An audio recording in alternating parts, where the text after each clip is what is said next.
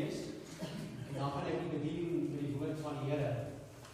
Nou, hierdie brief wat die apostel Paulus geskryf het aan hierdie gemeente, was in die gemeenskap of in die omgewing van Filippi gewees.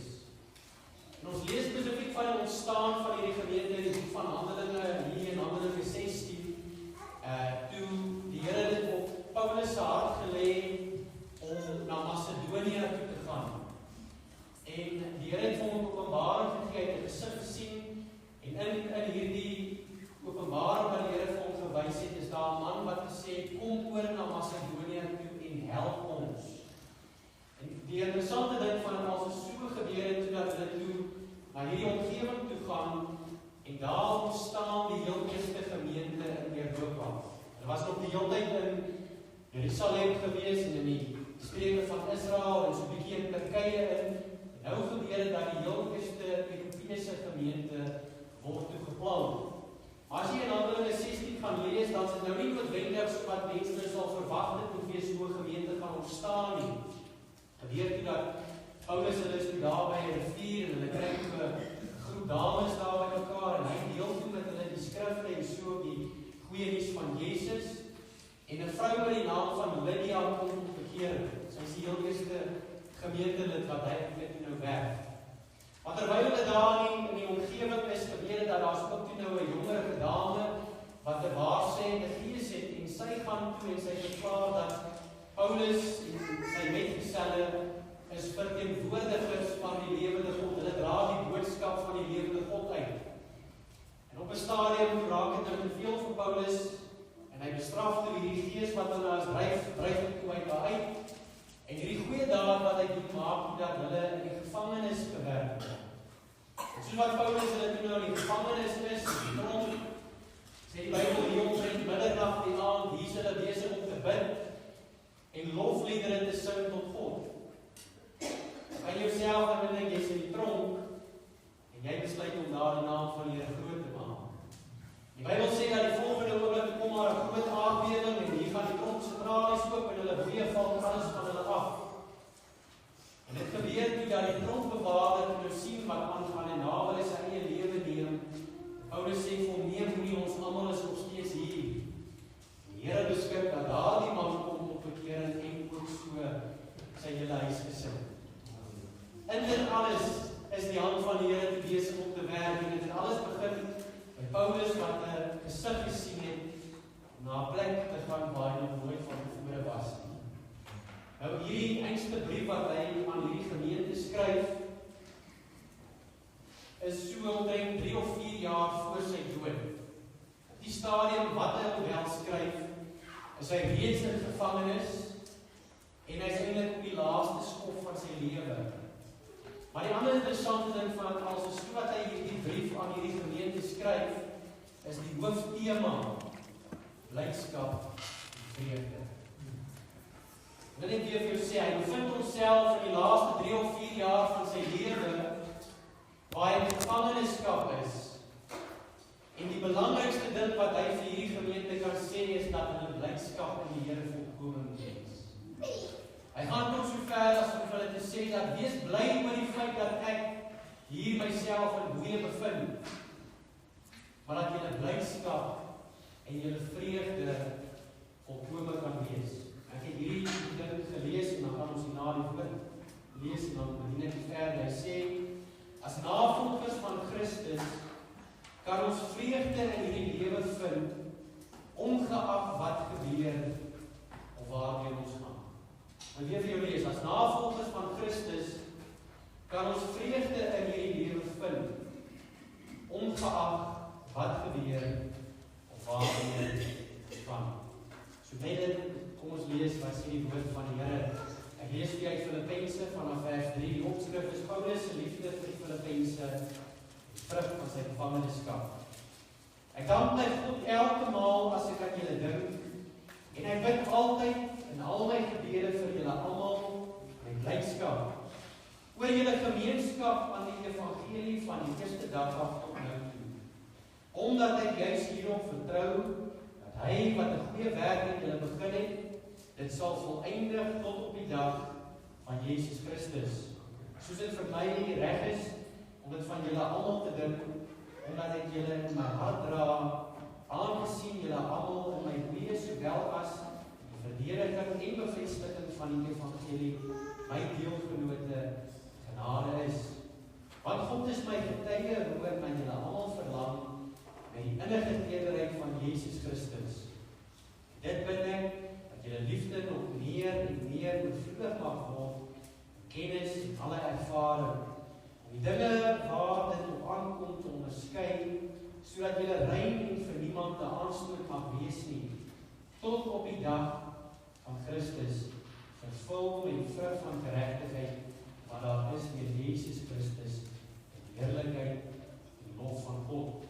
En net ons terug aan vers 16 wat sê, omdat ek juist hierop vertrou, dat hy wat 'n goeie werk in julle begin het, dit sal volëindig tot op die dag van Jesus Christus. Sê dit net saam met my, God werk in ons. Sê weer een keer, God werk in ons.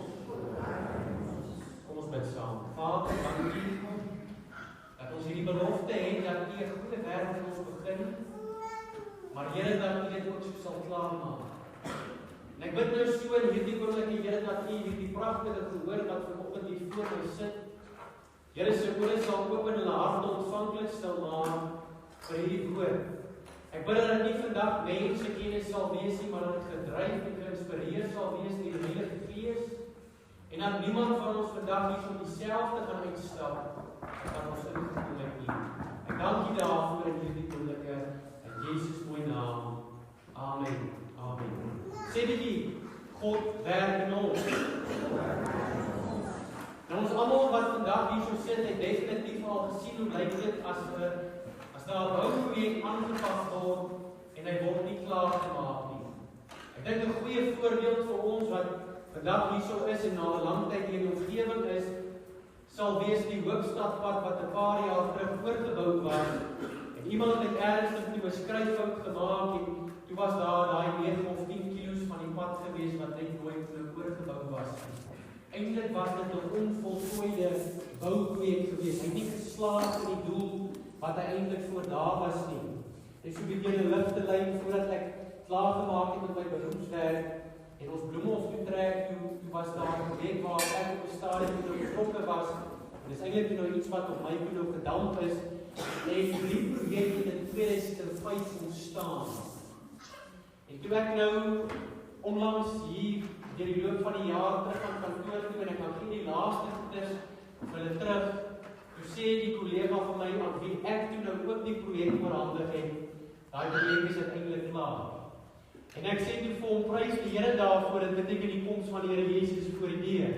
Want ek het gedink ek gaan nooit klaar maak nie.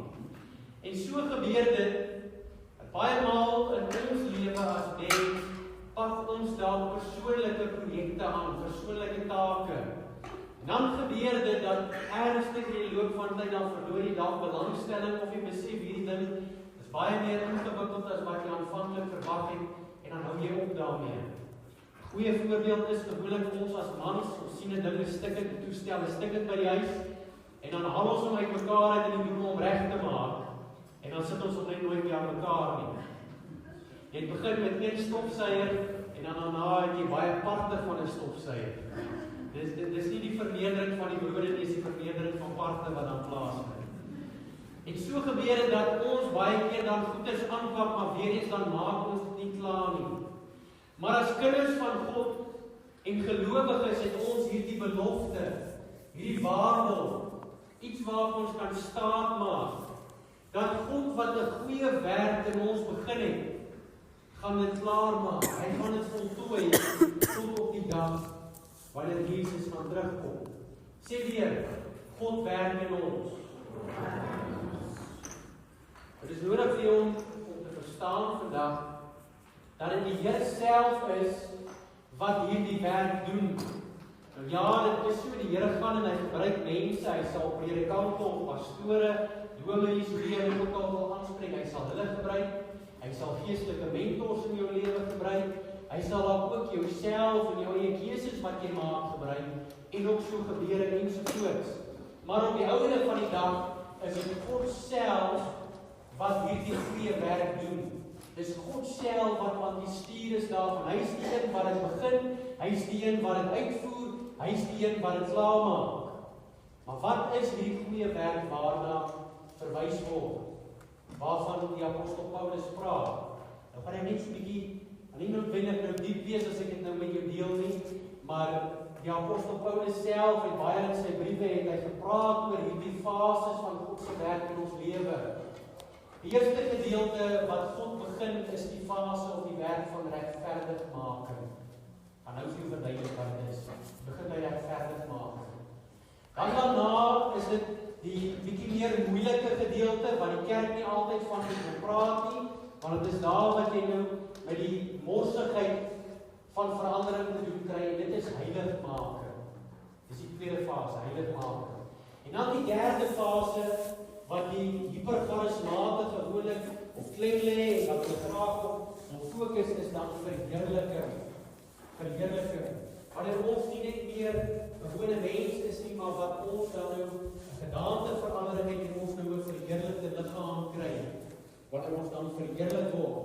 Nou as ek net kortliks vir jou kan verduidelik, die drie fases kom hierop neer, dat regverdigmaking begin by die dag wat jy Jesus Christus as jou persoonlike redder en saligmaker aanneem. 'n Fout wat ons as mens baie kere maak is, ons wil onsself regverdig deur te sê, ek is 'n goeie mens. Maar die klem is op ek. Ek het al hierdie goeie goed gedoen. Ek het dit probeer en ek het dat gedoen. Gaan jy dit met ek? Dan wil ons onsself regverdig. Die Bybel sê dat ons eie geregtigheid is soos 'n besoedelde kleed voor die Here. Raai klein ook 'n wyf van ons wat daar agter ek meen sy lê daar in slaap. Sy is nou besig om meer en meer mobiel te raak en in die proses gebeur dit dat sy soms van goeders vat en weer goeders gaan en goed op haarself mors en dan sukkel ons om daai te uit te kry. Maak nie saak wat ons probeer doen om te skrob of om te smeer of wat ons op ons spyt en ons kry dit nie uit nie. En so is dit met ons eie geregtigheid. Dat ons kan nie daai besoedelde kleed skoon kry nie. Al wat kan help is die bloed van Jesus waarvan ons tyd vroeër gepraat het, wat ons kan skoon was, wat ons kan reinig. So jy en ek word spesifiek geregverdig die oomblik wanneer ons ons vertroue in Jesus Christus plaas as ons persoonlike redder en saligmaker. Wat dan gebeur is, God regverdig jou deur al jou skuld van jou af weg te neem. Dat wanneer hy vir jou kyk, dan sê hy nie dat jy is die slegte sondaar gaan weg uit my teenwoordigheid uit nie, maar hy sê vir jou, lieflike kind, kom nader. Dit beteken om in regte stand te wees met God. Dit is wanneer hy jou regverdig. Dan die tweede fase wat ek vir gedeel het, is die heiligmakingsproses. Nou, heiligmaking is 'n proses. Dit is nie iets wat eenmalig gebeur nie. Regverdigmaking is onmiddellik. Gebeur onmiddellik. As nie 'n proses daaromtrent nie. Maar heiligmaking is 'n proses. En dis spesifiek daar wat jy dan begin om meer en meer te word na die beeld en die gelykenis van Christus. Dis waar God jou verander, dat jy meer soos Jesus begin te raak. Rein en heilig. Jy word heilig gemaak. En dan die laaste gedeelte van hierdie proses is dan die verheerliking. Die Bybel kom in Johannes, of 1 Johannes die 3de hoofstuk gestop, en hy sê, ons weet nie wat ons sal wees by die verskyning van die Here Jesus nie, maar ons weet dat ons aan hom gelyk gaan wees. Dit beteken dat ons gaan ook 'n verheerlikte staat, 'n verheerlikte voorkoms hê wanneer die Here Jesus gaan terugkom op ons stel. Praat die waarheid. So dit gaan les dan oor die verheerliking wat dan die laaste gedeelte is. Dit is ook 'n oombliklike ding, 'n oomblik en 'n oogwink by die blaas van die laaste asyn, en dan gaan dit gebeur. Maar die realiteit van die saak is dat hierdie heiligmakingsproses wat in die middel is die morsige gedeelte. Dit is nie so maklik en so eenvoudig om daaroor te praat en daaroor te bedien soos oor die regverdigmaking of terwyl oor die verheerliking nie. Dis juist daar wat ons deur die uitdaging moet gaan as mens om verander te moet word. Waar God dan juist hierdie goeie werk in ons, aan ons en ook so deur ons doen. Maar dis nie so eenvoudig eenvoudig soos om net daarvan te praat nie. Jy sien, in hierdie proses wat ons dan nou deur die heiligmaking gaan, dan gebeur dit dat daar baie maal hartseer en teleurstelling is. Dalk nie noodwendig in ander mense nie, maar veral in onsself. Veral in wie en wat ons is en wat ons doen. Want dit is nie so eenvoudig nie. Daar's 'n valse persepsie in die kerk, veral wat van Amerika voorkom, dit wat ons op televisie sien, is dat die oomblik as jy in die Here Jesus begin te glo, dan verdwyn al jou probleme. En as jy dan omdraai, dan kyk jy hier agter op jou rug, dan is jy besig om vlekkies te groei. En jy maak nooit weer 'n fout nie. Jy het nooit weer 'n overstep wat jy nou moet staan en maak nie. Jy is nou perfek en volmaak. En dan word daar ook gesê dat nie net is jy perfek en volmaak nie, daar word ook gesê dat dit net goed moet gaan met jou. En dat jy is nou die kop en nie meer die stert nie. En so word hierdie valse idee geskep. As jy 'n kinders van God is, gaan daar nie soms uitdagende oomblikke wees wat jy so 'n bietjie skaaf en skuur. Weet jy wat is vir my mooi? Reg deur die Bybel van die begin tot die einde lees ons van sekere prosesse wat plaasvind. Ons lees van koring wat ingesamel word en dan word hy gedors. Word op 'n dorsstoel gesit en dan word daai ou stukkie koring uitmekaar uitgeslaan. Dat jy die kaf en die koring van mekaar kan skei. Ons lees van 'n parskyp waar daar druiwe opgetrap word om wyn te kan maak. Ons lees van goud en silwer wat gesmelt word in 'n vuuroond. Ek kan jou daarvan verseker as hulle teen 2000 grade Celsius in 'n oond ingedruk word, dan is dit nie lekker vir hulle om daar te wees nie. Maar dit verander hulle. Dit verander hulle. En so kom dit daarop neer dat ons gaan baie maal in die lewe sekere dinge deurgaan, sekere dinge ervaar, sodat God jou en my kan verander om meer en meer en meer soos Christus te kan word. Baie maal gebeur dat ons as mens bid wanneer ons 'n probleme of omstandighede is, dan bid ons en ons vra, Here, sal U my probleme verander asseblief. En dan gebeur dit soms dat die Here ons probleme verander, maar ons bly dan nog steeds dieselfde mens. En dan 3 of 6 maande later, dan bevind ons onsself weer daar waar ons was. Maar as ons bid en vra, Here, verander my in my omstandighede, dan gebeur dit dat God jou verander en dan later ook so die omstandighede. Sê amen daar. Sê wie die God werk in ons. So dit is nie altyd so eenvoudig nie. Jy sien, dit is nodig om te moet verstaan dat ons as mens, hoewel ons in God glo en ons nou geregverdig is deur hom, gaan ons steeds angs en vrees hê. Al sê die woord vir ons gedurig deur van die begin tot die einde toe, moenie bevrees wees en moenie angstig wees nie. Nog steeds gaan daar 'n mate van ongeloof vir ons te vind wees. Jy sê maar ek is so 'n bietjie bekommerd oor wat aan die gang is. Nog steeds gaan dit met ons gebeur as mens, die soms gaan land in 'n put. Dan wonder jy hoe jy daar gekom en hoe gaan jy uitkom. En dan kry jy jouself so jammer dat jy eintlik so vlek jy kan regop onder die mat loop. So diep gat van depressie bevind jy jouself. Daar's ander kere wat jy dalk bietjie hartseer en alleen gaan wees. Hoewel jy weet die woord sê dat die blydskap in die Here is jou beskutting, kom jy nog steeds op daai plek wat jy mismoedig is en wat jy eintlik wil tou opgooi. As daar ander kere selfs wat jy tussen 'n groot groep mense soos hierdie kan wees, en dit is mense aan wie jy naby is, en wie jy goed by die weg kom, wie jou geliefdes is, en nog steeds voel jy alleen. Dan wonder ons, hoekom gebeur hierdie goed? Want dit lyk dan nou skielik asof hierdie goeie werk wat God in ons lewe begin het, dan eintlik nou skeefloop. Ander kere, wanneer dit gebeur wat jy dalk nie noodwendig so sterk is, wanneer die versoeking oor jou pad kom, om weerstand te kan bied nie, maar op daardie oomblik dan gee jy juis in.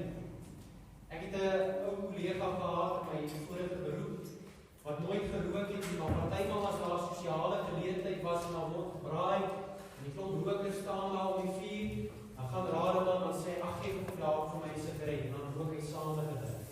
Dis dan daai versoeking van die geleentheid wat hy dan weer kry. Dit gebeur nou onlangs, dat ek staan met iemand en gesels, en die persoon deel toe iets met my van iemand anderste. Maar ek het self ook nou al 'n ervaring met die persoon, of 'n stel met hulle afgetrap, en nou begin dit te borrel hier in my binneste, om graag ook net ietsiekie te wil sê, eintlik nou maar, om kwaad te praat, om te skinner. En terwyl dit gebeur, besef ek, maar nou is die duiwel besig om my te versoek. En deur die genade van die Here op daai oomblik bied ek toe weerstand en ek byt toe nou my tongmiddel deur en ek sê toe nou niks nie. Maar weet jy, daar's ander kere wanneer daar versoekinge oor jou en my pad kom, en dan is dit nie so sterk om weerstand te bied nie. Weet jy, het gebeur ook, dalk nie met julle nie, maar dit gebeur definitief met my. Iemand gaan en hulle kom my te na, 'n vrou te na, dalk iemand van julle vandag te na. En dan sukkel ek, weet God het my vergewe, hy het my skuld heeltemal afgeskryf, maar dan sukkel ek juist daaroor, daardie mense te gaan vergewe. En dan lyk dit op daardie oomblik, as jy van buite af terug staan, en jy sien jou toestand waarin jy jouself bevind, dan lyk dit asof hierdie goeie werk wat God in jou en my lewe begin het, asof dit misluk het, asof dit is soos die hoopstadpad, wat nie onmiddellik klaar gebou is. Dan lyk dit so asof God 'n goeie werk in jou lewe begin het, maar lyk of hierdie projek misluk het. Hy het nooit sy doel bereik nie. Ek weet nie of jy dalk soms so ervaar nie. Ek weet nie of jy dalk soms op 'n plek is, waar jy sê, Here, ek het nou so grootliks teleurgestel. Ek weet nie of jy dalk soms op 'n plek waar jy sê, wat jy dalk vra, Here, is ek nog steeds die kind? Het jy my nog steeds lief? Ten spyte van dit wat ek doen, van dit wat ek aanvang, is ek nog steeds u liefelike kind? Ek weet nie of jy dalk soms so voel nie, maar dit het al baie maal met my gebeur. Baie maal het al met my gebeur. Jy sien op daardie oomblik, dan lyk en dan voel dit veral asof God se werk te vergeefs is. Ons is nie altyd op die mountaintops of glory nie, broer en suster. Daar's partymal wat jy op 'n plateau is, op 'n gelyke area. Dan is daar ander kere wat jy ook op 'n agterhaande stryd is. Maar weet jy wat is die wonderlike ding van dit alles? Ons hoef nie altyd op die bergtoppe van oorwinning te wees nie, want ons lees in die woord van die Here dat die God van die berge is ook die God van die dale. En die ander ding is dat God gee vir ons juist hierdie belofte in sy woord, deur te sê, ek sal jou nooit vergewe nie, en ek sal jou nooit verlaat nie. So dit maak nie saak waar jy jouself bevind en hoe jy voel oor waar jy jouself bevind nie. Jy moet net glo dat jy 'n kind van God is, en dat hy daar is saam met jou. My geestelike mentor, Michael Erasmus, het hierdie ding baie maal gesê in sy preek, en dan sê hy, partymal voel ons asof dinge nie reg en lekker is nie. Dan sê hy hierdie ding, ons dien God nie in gevoel nie, ons dien hom in geloof. Want jy sien, jou en my gevoelens en emosies kan wikplant met ons moet staan en ry, een dag is jy voor, die volgende dag is jy onder. Maar geloof is 'n vaste vertroue op die dinge wat ons hoop, 'n bewys van dit wat ons nie sien. Sê amen daar. So dit is seker ongeag van dit wat om ons aangaan. Sê die God werk in ons. Sê vir die persoon langs jou, God werk in my. Jy sien al, voel dit nie altyd so nie, en al lyk dit dalk of die werk van die Here misluk het. Hy het die goeie werk begin, maar hy sal dit ook volëindig. Ek het al baie maal dat ek met myself opgegee, is ander kere wat ek al met mense opgegee het. Weet jy wat is die wonderlike ding van dit alles? Nog nooit het die Here op ons opgeneem. Nog nooit. As 'n liedjie wat dit sê nie, as jy hom ken, kan jy hom saam met my sing. Never failed me yet. Never failed me yet. Jesus' love has never failed me yet. There's one thing I know, that wherever I may go, Jesus' love has never failed me yet.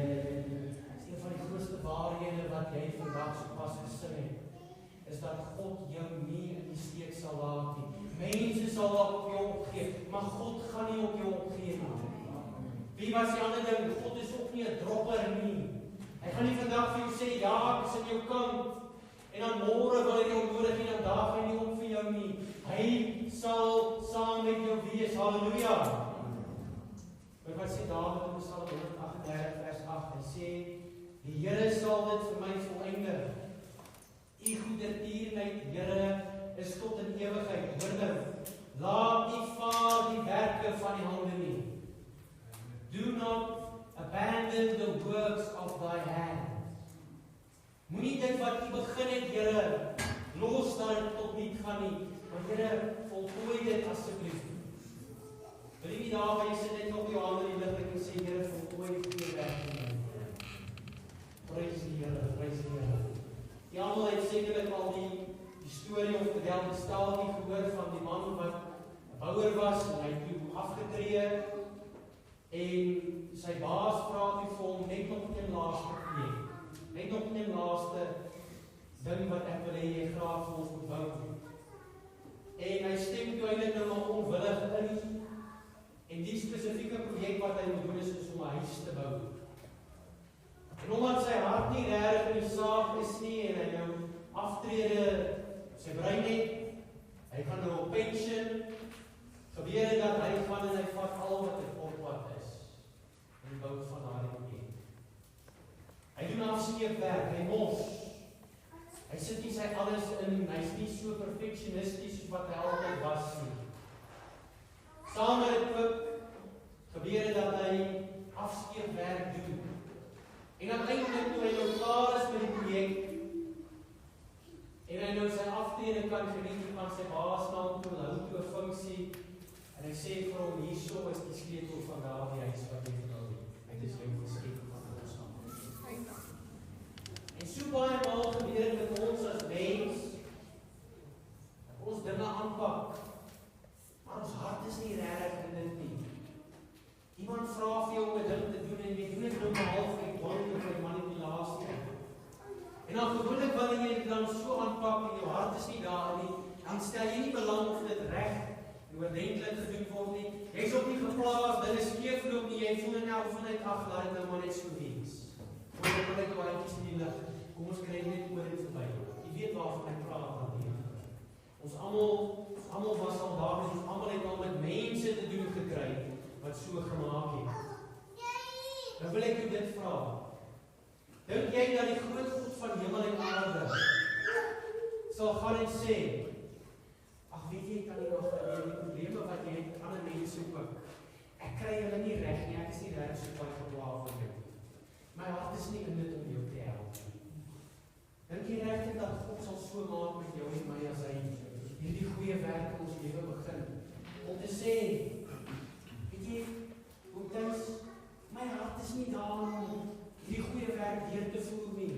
Dink jy regtig dat hierdie groot God van hemel en aarde sal so 'n afskeepwerk doen met jou en my? Dink jy dit? Natuurlik nie. Want hier is die werklikheid van die saak. God, soos wat hy vir ons beskryf word in die Bybel, is perfek en volmaak. En daar sekere beperkings wat hierdie God, wat almagtig is, het. Almagtig beteken hy het geen tekortkominge, geen beperking, maar daar sekere beperkings wat hy het. En weet jy wat is die beperking? Hy kan nie optree buite sy karakter nie. Met ander woorde, as God 'n goeie werk in jou en my begin het en hy is perfek en volmaak, dan beteken dit dat hierdie goeie werk wat hy begin het, sal hy perfek en volmaak uitvoer. Met ander woorde, dit gaan nie 'n afskryfjob wees nie. Jy hoef nie bekommerd te wees dat die Here van vandag jou hand vashou en môre gaan hy jou sê, ag nee wat, ekskuus, ek dink ons het mekaar se tyd gemors. Maar die goeie werk wat hy in ons begin het, sal hy self volëindig tot aan die dag van Jesus Christus. Wil jy net daar waar jy sit,